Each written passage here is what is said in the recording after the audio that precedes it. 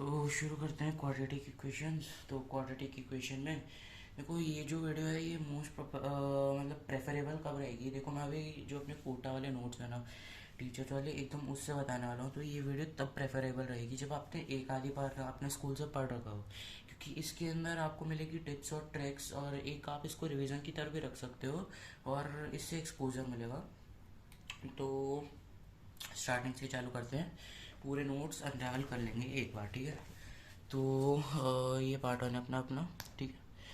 यहाँ पर सबसे पहले अपने पास क्वाड्रेटिक इक्वेशंस हो गए, क्वाड्रेटिक एंड इक्वेशंस। तो सबसे पहले क्वाड्रेटिक इक्वेशंस के अंदर मेन बात है कि सबसे पहले अपने को सिखाते हैं कि पॉलिनॉमियल, ठीक है ना। पॉलिनॉमियल के अंदर एक इम्पॉर्टेंट टर्म आ जाती है, मोनिक पॉलिनॉमियल। तो मोनिक पॉलिनॉमियल जैसे कुछ क्वेश्चन में वो आपको दे देगा कि ये मोनिक पॉलिनॉमियल है एक, तो एक मोनिक पॉलिनॉमियल के साथ आपको काम करना है। तो अगर आपको पता नहीं रहेगा कि मोनिक पॉलिनॉमियल होता क्या है, तो उस कंडीशन में आपको ये इन्फॉर्मेशन पता होनी चाहिए। तो बेसिकली मोनिक पॉलिनोमियल क्या है, कोई भी पॉलिनोमियल जिसके अंदर उसका जो लीडिंग कॉफिशिएंट है, लीडिंग कॉफिशिएंट क्या हो, ओके, लीडिंग कॉफिशिएंट हो वन। तो इसका क्या मतलब है, बेसिकली लीडिंग कॉफिशिएंट होता क्या है कि आपकी जो एक्स की हाईएस्ट पावर होती है, एक्स की हाईएस्ट पावर, उसका कॉफिशिएंट। फॉर एग्जांपल यहाँ पर अगर हम देख सकते हैं x square plus 2x plus 1, यहाँ पर अपना ये है लीडिंग कॉफिशिएंट, और इसका जो कॉफिशिएंट है, सॉरी, ये अपना जो है ये है अपना मतलब लीडिंग पावर, ओके। तो लीडिंग कॉफिशिएंट उसे भी कह सकते हैं हाईएस्ट पावर का कॉफिशिएंट। तो ये अपनी हाईएस्ट पावर है, तो इसका कॉफिशिएंट अपना होता है लीडिंग कॉफिशिएंट, और ये है 1। तो बेसिकली ये हो गया एक मोनिक पॉलिनॉमियल। और मोनिक पॉलिनॉमियल का जनरल फॉर्म क्या होता है, जनरल फॉर्म हो जाता है एक्स स्क्वायर प्लस ए एक्स प्लस बी, ठीक है। नहीं तो जनरली अपन क्या लिखते हैं, अपन जनरली लिख देते हैं a x square plus b x plus c. लेकिन यहाँ पर ये केस नहीं होता, क्योंकि अपने को लीडिंग कॉफिशिएंट यानी कि हाईएस्ट पावर का कॉफिशिएंट रखना है 1। नेक्स्ट चीज़ जो अपन देखते हैं, real solutions versus roots, okay. तो बेसिकली रूट क्या होता है और रियल सॉल्यूशन क्या होता है। तो अगर हम देखें तो सबसे पहले आ जाता है अपना रूट, ओके। तो रूट क्या होता है, रूट होते हैं repetitive values, repetitive values, okay. Repetitive values से क्या कहने का मतलब होता है कि फॉर एग्जांपल अगर आपको दे दिया है एक्स माइनस वन का whole square equals to zero, आपको बोला इसके रूट्स बताओ, तो इसके रूट्स आप बताओगे 1 and 1। लेकिन अगर आपको कहा इसके सॉल्यूशन बताओ, ओके, तो सॉल्यूशन क्या होता है, यूनिक होता है। तो उस केस में आप क्या बताओगे कि एग्जाम्पल में x square x minus one का whole square equals to zero, तो इसका सॉल्यूशन क्या आएगा अपने पास, इसका सॉल्यूशन आएगा 1, ठीक है। तो सॉल्यूशन होता है यूनिक, एंड रूट के अंदर आती है रिपीटेटिव वैल्यूज़, कि आप उसको रिपीट भी कर सकते हो। और सॉल्यूशन जो होता है ना, उसमें आप रिपीट नहीं कर सकते, अगर आपने रिपीट किया तो वो पाप हो जाएगा, ओके। तो फॉर एग्जांपल अपन ने एग्जांपल तो यहाँ पे कर ही लिया है, उसके बाद अपना जो अगला पार्ट आता है वो होता है आइडेंटिटी, ओके। तो बेसिकली अब हम जाते हैं आइडेंटिटी पे, आइडेंटिटी, ओके। तो आइडेंटिटी पे जाने के बाद हमको पता चलता है कि आइडेंटिटी एक ऐसी चीज़ होती है जो एक्स की हर एक वैल्यू के लिए ट्रू हो, ठीक है। आइडेंटिटी इज समथिंग जो कि एक्स की हर वैल्यू के लिए, यानी कि हर वैल्यू के लिए क्या हो, ट्रू हो, ओके। इसके मैं आपको वर्बली 2-3 एग्जांपल दे देता हूँ। जैसे कि फॉर एग्जांपल अपना ए प्लस बी का whole square equals to a square plus b square plus 2ab। तो ये अपने पास एक आइडेंटिटी है ए और बी की हर एक वैल्यू के लिए, ओके। ए और बी की हर एक वैल्यू के लिए ये चीज़ जो है ये रहती है एकदम ट्रू, इसमें कभी कोई आपको फॉल्ट नहीं मिलेगा। नेक्स्ट जो है एक एग्जांपल है, उसमें हम देख सकते हैं कि log x plus log x equals to log x का होल स्क्वायर, ओके।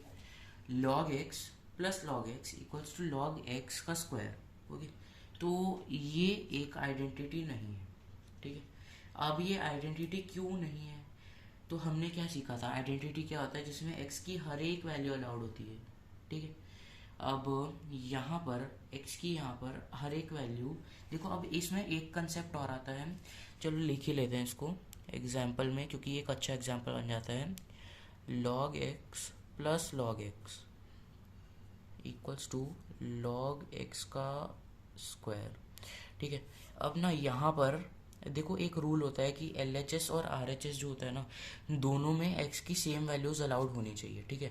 दोनों साइड में जो अपना जो है LHS और RHS, उसमें x की सेम वैल्यूज अलाउड होनी चाहिए। अगर है तो आइडेंटिटी हो जाती है वो। ये भी एक रूल की तरह हम इसको कंसिडर करते हैं। तो फॉर एग्जांपल ये वाला है, तो इधर x equals to x less than zero क्या है, अलाउड नहीं है, ओके। x को लेस देन ज़ीरो किया तो इसने डोमेन वायलेशन हो जाएगी। पर अगर इस साइड देखोगे ना, तो इस साइड आपने x को छोटा कर दिया ज़ीरो से, तो कोई फ़र्क नहीं पड़ेगा क्योंकि स्क्वायर लगा हुआ है। तो ये आइडेंटिटी नहीं है। क्यों? क्योंकि इधर x की अलग वैल्यूज़, उधर x की अलग वैल्यूज़। एंड अगर एक और एग्जांपल यहाँ पर अगर लिया जाए, तो एग्जांपल में हम ले सकते हैं sine square x plus cos square x equals to one. तो ये एक आइडेंटिटी है, ये तो बहुत नॉर्मल सी है, पर लॉग के अंदर ही ले लेते हैं क्योंकि कन्फ्यूज़न इन्हीं टाइप के क्वेश्चंस में ज़्यादा आती है। तो लॉग एक्स का क्यूब, ये जो है लॉग एक्स का cube equals to 3 log x. ना अगर आप इसको बोलेंगे आइडेंटिटी नहीं है, तो आप गलत बोलेंगे, ये टोटली एक आइडेंटिटी है। क्यों? क्योंकि इधर देखो, इधर x लेस देन ज़ीरो नहीं हो सकता, लेकिन इधर भी x लेस देन ज़ीरो नहीं हो सकता। तो ये दोनों साइड में ना जो है x की सेम वैल्यूज अलाउ करते हैं। अगर आप इधर -1 नहीं डाल सकते, तो इधर भी -1 नहीं डाल सकते। तो बेसिकली ये क्या कहता है कि दोनों साइड अलाउ नहीं कर रही, तो इसका मतलब ये एक है आइडेंटिटी। नेक्स्ट आ जाता है अपना कि एक पॉइंट आ जाता है कि ना अपना अब एक पॉलिनॉमियल के अंदर आइडेंटिटी होती है जो अपना क्वाड्रेटिक का मेन पार्ट होता है। तो अपन ने बेसिकली आइडेंटिटी का अभी तक मतलब सीखा है कि क्या होती है आइडेंटिटी, बट बेसिकली ना जो आइडेंटिटी अपनी चैप्टर के हिसाब से, तो वो पॉलिनॉमियल में आइडेंटिटी आ जाती है। तो क्या है वो आइडेंटिटी? अगर कोई भी n डिग्री का पॉलिनॉमियल है और उसकी n से ज़्यादा रूट्स है, तो यानी कि मतलब आपने उसकी रूट्स का मतलब क्या होता है, जो सेटिस्फाई कर रही हैं। तो अगर n से ज़्यादा रूट्स है ना, तो उसमें आप कोई भी वैल्यू रख दो x की, तो इसका ये मतलब है कि हमेशा वो सेटिस्फाई करेगा। और इसका ये भी मतलब है कि कॉफिशिएंट सभी एक्सेस का ज़ीरो है। नहीं समझे? तो रुको अभी बताता हूँ। मान लो कोई भी n डिग्री पॉलिनॉमियल है, for example ax² plus bx plus c, okay, equals to zero. अब ना इसमें आपने इसके क्या होते हैं, दो रूट्स होते हैं, पर मान लो कि किसी भी सिचुएशन में इसके 3 रूट्स हैं, ठीक है। इसके 3 रूट्स है, तो उसका क्या मतलब होएगा, a equals to b equals to c equals to zero, okay. ये आइडेंटिटी आप याद कर लीजिए क्योंकि कुछ क्वेश्चंस में काम आ जाती है ना। किस टाइप के क्वेश्चंस में काम आ जाती है, तो फॉर एग्जांपल अभी क्वेश्चन कर लेते हैं इसी से रिलेटेड। अपना क्वेश्चन आ जाता है a² -4a plus 3 into x² plus a² plus 4a minus 21 into x plus a minus b equals to zero. तो ये क्या है, n डिग्री पॉलिनॉमियल जिसका nth डिग्री क्या है 2, ठीक है, nth डिग्री है 2। अब इसने अगर उसने कह दिया कि इसके 3 रूट्स है, यानी कि x की ऐसी 3 वैल्यूज़ है जिस पे ये चीज़ ज़ीरो होती है, तो बेसिकली आपको क्या करना है, आपको a की ऐसी वैल्यू ढूंढनी है जिससे काम सेटिस्फाई हो जाए। अगर अब आप इसको पॉज करके ट्राई कर सकते हो, तो बेसिकली x² जो है इसकी हाईएस्ट 2 है, तो इसके बेसिकली 2 रूट्स होने चाहिए थे, पर इसने क्वेश्चन में कह दिया कि इसके 3 रूट्स हैं ना। अगर हम याद करें तो 3 रूट्स कब हो सकते हैं, जब वो एक आइडेंटिटी हो। और आइडेंटिटी बनाने के लिए क्या करना पड़ेगा, आइडेंटिटी बनाने के लिए अपने को क्या करना पड़ेगा, कॉफिशिएंट्स को ज़ीरो करना पड़ेगा। तो इसके कॉफिशिएंट्स को हम करेंगे ज़ीरो, ठीक है। a² -4a plus 3 equals to zero करेंगे, a² plus 4a minus 21 equals to zero करेंगे, and a minus b equals to 0 करेंगे। ओके, तो इसके बाद हम क्या देखते हैं कि यहाँ से अपने पास ए की क्या क्या वैल्यूज़ आती है।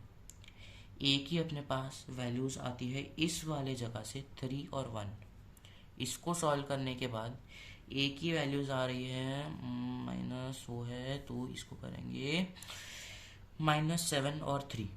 ओके, -7 और 3 इधर से आ गई। उसके बाद अपना ना ए अपने को यहाँ से कॉमन वैल्यूज़ देखनी है। यहाँ से अपने पास क्या आता है इसको ज़ीरो करने पे, ए इक्वल्स टू बी। ठीक है, अब जो वैल्यूज़ ए की दोनों जगह पे कॉमन है अपन उसी को एक्सेप्ट कर सकते हैं ना। ये तो प्योरली लॉजिकल है कि जो दोनों जगह पे कॉमन है सिर्फ उसी को एक्सेप्ट कर पाएंगे। तो ए की जो वैल्यू है 3, ए की वैल्यू जब भी 3 होगी ना तो ये बनेगी एक आइडेंटिटी। और क्वेश्चन में ये भी पूछ सकता था कि बी की भी वैल्यू बता दो, तो 3 इक्वल्स टू बी हो जाएगा क्योंकि ए इक्वल्स टू ये है। ओके, तो इससे अपना जो आइडेंटिटी वाला पार्ट है, आइडेंटिटी वाला पार्ट अपना एंड पे कर सकते हैं। लेकिन उससे पहले थोड़े बहुत क्वेश्चन और कर लेते हैं, और क्वेश्चन का लेवल अब बढ़ेगा। मतलब ना देखो, ये तो अपन ने किया था एक नॉर्मल लेवल का क्वेश्चन, अब क्वेश्चन का लेवल बढ़ेगा। तो यहाँ पर अपने को उसने एक क्वेश्चन दे दिया है कि क्वेश्चन है x minus a into x minus b upon एक c minus a into c minus b plus x minus c upon में a minus b into a minus c plus में x minus c into x minus a upon में b minus c into b minus a equals to 1। क्या ये identity है? Okay, is it identity, मतलब ऐसे कर दिया, आप समझ लीजिए आइडेंटिटी है। ओके, तो बेसिकली इसको करने के लिए अब आपको पॉज कीजिए, ट्राई कीजिए। देखने में बहुत डरावना लग रहा है पर एकदम सिंपल है। ओके, एकदम सिंपल। तो इसको अब सॉल्व करते हैं। तो अगर ना इसको 1 के इक्वल प्रूव करना है ना, तो एक बार हम क्या करेंगे, एट x इक्वल्स टू ए, हम ना क्या देखते हैं अपना ऑब्जर्वेशन। देखो मैं ना आपको डायरेक्ट सॉल्व करके बता सकता हूँ पर रटना हो जाएगा, तो मैं आपको यहाँ पे थिंकिंग प्रोसेस बताता हूँ।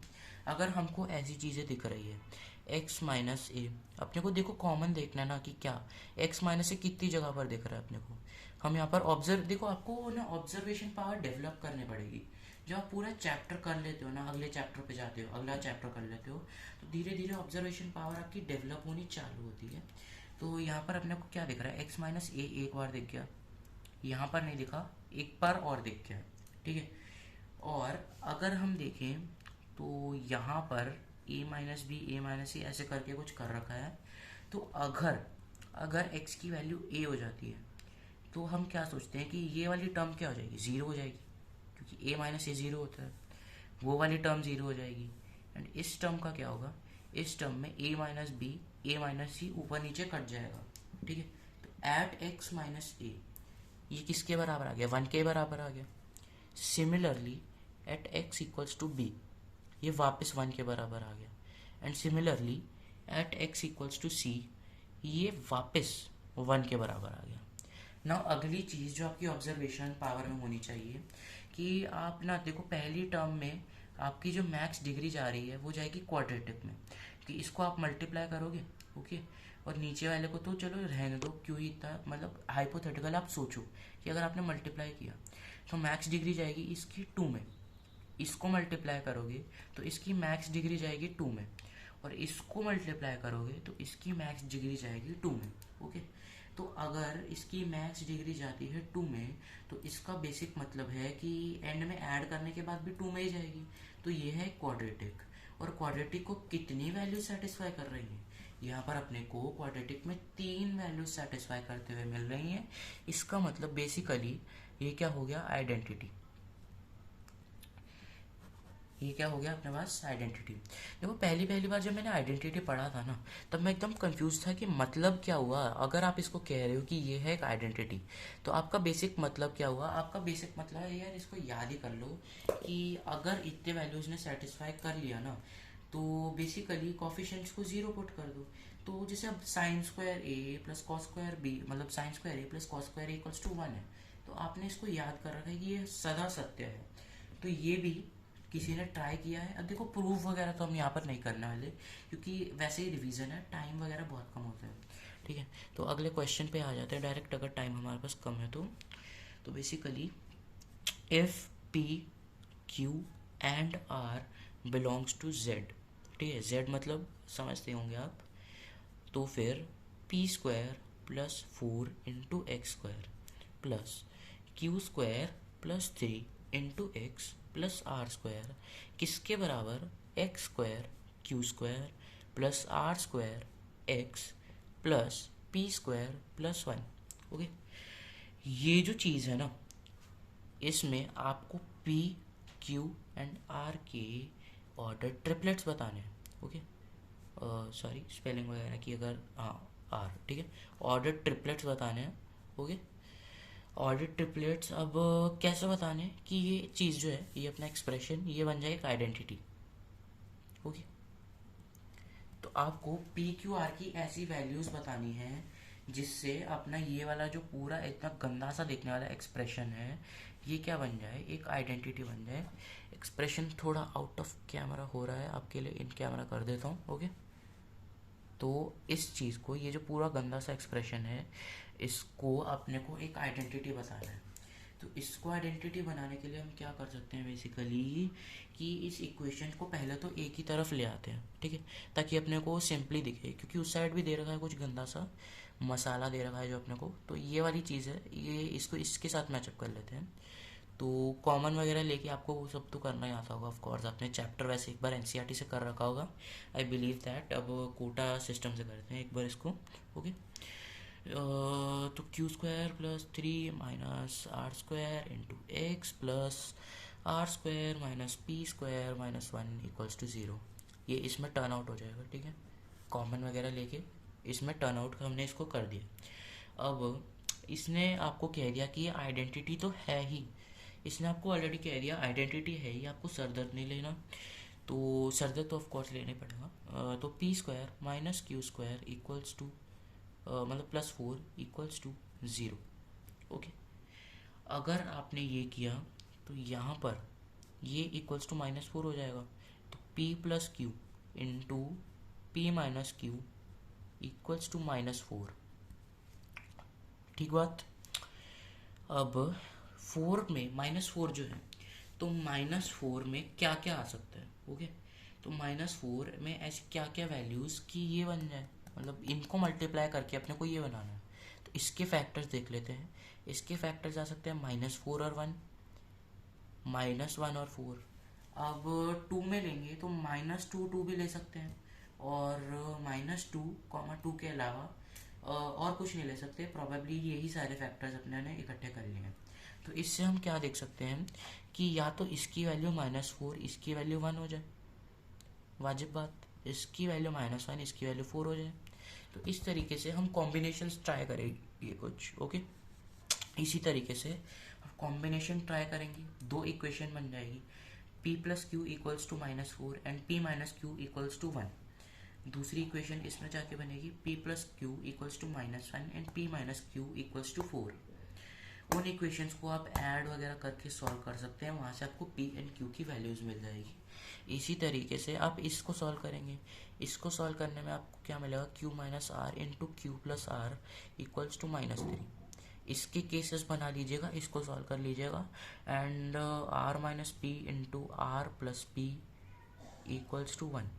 इसके केसेस बना के इसको सॉल्व कर लीजिएगा। अब इसका आपको आंसर बता देता हूँ। यहाँ से आपका आंसर आएगा, पहले आप ट्राई कर लीजिएगा इसको, उसके बाद आप अपना आंसर क्रॉस चेक कीजिएगा। इसका आंसर है no ordered pair. Okay, no ordered pairs, क्योंकि इसको जब हम सॉल्व करेंगे ना, तो आपके पास कुछ ऐसी वैल्यूज़ आ जाएगी जो इक्वलाइज ही नहीं होती। ठीक है, तो नेक्स्ट अपने पास अब लेक्चर का एंड आने वाला है, लास्ट क्वेश्चन बचा है, और वो भी एकदम चैलेंजिंग होने वाला है। Let's do it.